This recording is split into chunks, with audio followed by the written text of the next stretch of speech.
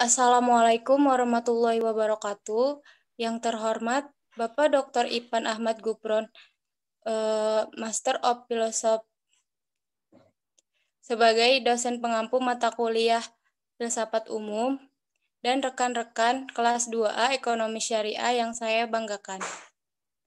Sebelumnya, izin memperkenalkan diri, nama saya Retno Dwi Yulianti, bersama rekan-rekan saya, Giopan Rezi dan Hana Wardatu Shipa.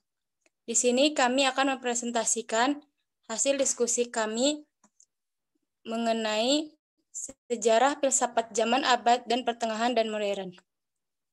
Langsung saja, pemateri pertama akan disampaikan oleh Hana Wardatu Shipa. Kepadanya dipersilakan. Baik, terima kasih. Ini saya akan membacakan tentang filsafat zaman abad pertengahan. Filsafat abad pertengahan dimulai kira-kira pada abad ke-5 sampai awal abad ke-17. Masa ini diawali dengan lahirnya filsafat Eropa sebagaimana halnya dengan filsafat Yunani yang dipengaruhi oleh kepercayaan. Maka filsafat atau pemikiran pada abad pertengahan pun dipengaruhi oleh kepercayaan Kristen.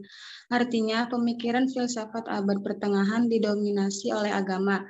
Pemecahan semua persoalan selalu didasarkan atas dogma agama, sehingga cara pemikiran kefilsafatannya bersifat teosentris. Next. Kemudian, ciri filsafat abad pertengahan. Filsafat abad pertengahan disirikan dengan adanya hubungan erat antara agama Kristen dan filsafat. Dilihat secara menyeluruh, filsafat abad pertengahan memang merupakan filsafat Kristiani. Para pemikir zaman ini hampir semuanya klerus, yakni golongan rohaniwan atau biarawan dalam gereja Katolik, misalnya uskup, imam, pimpinan biara, dan rahib.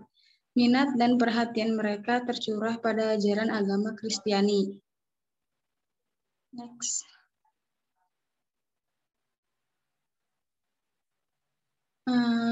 Lalu ada periode filsafat abad pertengahan. Yang pertama, patristik, tahun 100 sampai 700. Patristik berasal dari kata Latin patres yang berarti bapak-bapak gereja. Ialah ahli agama Kristen pada abad permulaan agama Kristen. Pada abad ini zaman patristik dikuasai dengan pemikiran keagamaan atau Kristiani. Tokoh masa patristik adalah pribadi-pribadi yang lewat tulisannya memberikan bentuk pada pemikiran filsafat dan teologi pada zamannya. Yang kedua, skolastik tahun 800 sampai 1500. Skolastik dimulai sejak abad ke-9.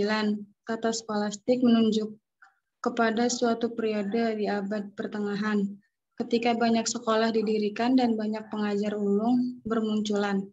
Namun dalam arti yang lebih khusus, kata skolastik menunjuk kepada suatu metode tertentu, yakni metode skolastik.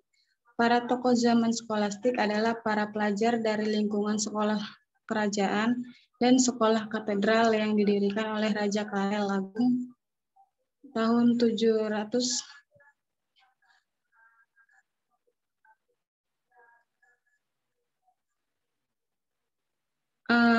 Para tokoh zaman skolastik adalah para pelajar dari lingkungan sekolah kerajaan dan sekolah katedral yang didirikan oleh Raja Karel Agung tahun 742 sampai 814 dan kelak juga dari lingkungan universitas dan ordo-ordo biarawan.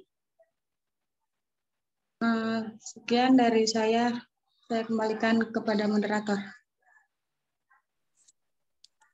Baik, terima kasih kepada Hana. Selanjutnya akan dibacakan oleh Giopan Rezi. Kepadanya dipersilahkan. Baik, terima kasih kepada moderator. Periode zaman skolastik. Periode skolastik awal 800 sampai 1200 ditandai dengan pembentukan metode yang lahir karena hubungan yang erat antara agama dan filsafat. Pada periode ini, pembuktian adanya Tuhan berdasarkan rasio murni. Jadi tanpa berdasarkan kitab suci atau Anselmus dan Canterbury. Periode puncak perkembangan skolastik abad ke-13. Periode puncak perkembangan skolastik dipengaruhi oleh Aristoteles akibat kedatangan ahli filsafat Arab dan Yahudi. Periode skolastik lanjut atau akhir abad ke-14 sampai 15. Periode ini ditandai dengan pemikiran Islam yang berkembang ke arah nominalisme, ialah aliran yang berpendapat bahwa universalisme tidak memberi petunjuk tentang aspek yang sama dan yang umum mengenai adanya suatu hal.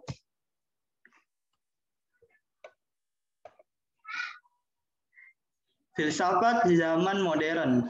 Filsafat zaman modern adalah pengetahuan tidak berasal dari kitab suci atau ajaran agama. Tidak juga dari para penguasa, tetapi dari diri manusia sendiri.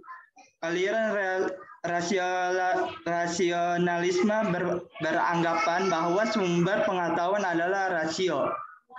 Aliran empirisme sebaliknya meyakini pengalaman sumber pengetahuan itu baik yang batin maupun indrawi. Ciri filsafat modern diantaranya, 1. Subjektivitas.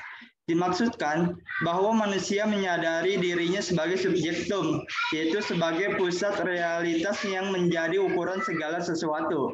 2. Kritik. Kritik dimaksudkan bahwa rasio tidak hanya menjadi sumber pengetahuan, melainkan juga menjadi kemampuan praktik untuk membebaskan individu dari wewenang tradisi atau untuk menghancurkan prasangka-prasangka yang menyesatkan. 3. Kemajuan. Dimaksudkan bahwa manusia menyadari waktu sebagai sumber langkah yang tak terulangi. Waktu dialami sebagai rangkaian peristiwa yang mengarah pada satu tujuan yang dituju oleh subjektivitas dan kritik tersebut. Perkembangan filsafat modern. Pada masa modern terjadi perkembangan yang pesat pada bidang ekonomi.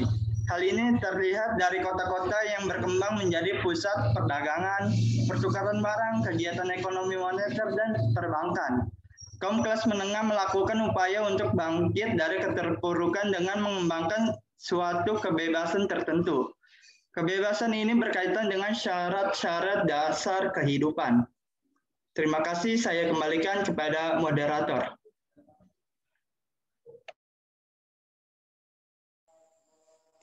Baik, terima kasih kepada Geopan. Materi selanjutnya akan saya sampaikan sendiri. Mengenai aliran filsafat modern. Yang pertama ada rasionalisme, empirisme, kritisme, idealisme, positivisme, evolusionisme, materialisme, neokantianisme, pragmatisme, filsafat hidup, fenomenologi, eksistensialisme, neotomisme. Next. Lalu tokoh pada abad pertengahan dan modern, yaitu pada zaman abad pertengahan oleh Thomas Aquinas pada tahun 1225 sampai 1274, lalu Tertullianus sampai dari 160 sampai 222, lalu Plotinus dari tahun 204 sampai 270, lalu Augustinus pada tahun 354 sampai 430, Clemens pada tahun 150 sampai 215, lalu Boethius Anselmus pada tahun 1033 sampai 1109, dan pada zaman abad modern oleh René Descartes pada tahun 1596 sampai 1650, lalu Hegel pada tahun 1770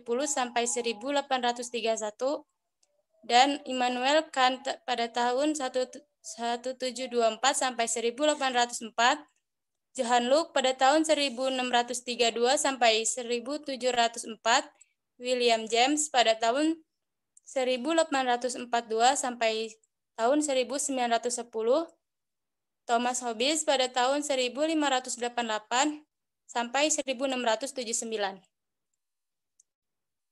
Baik, itu saja yang dapat kami paparkan. Kurang lebihnya mohon maaf. Wabillahi taufiq wal hidayah. Wassalamualaikum warahmatullahi wabarakatuh.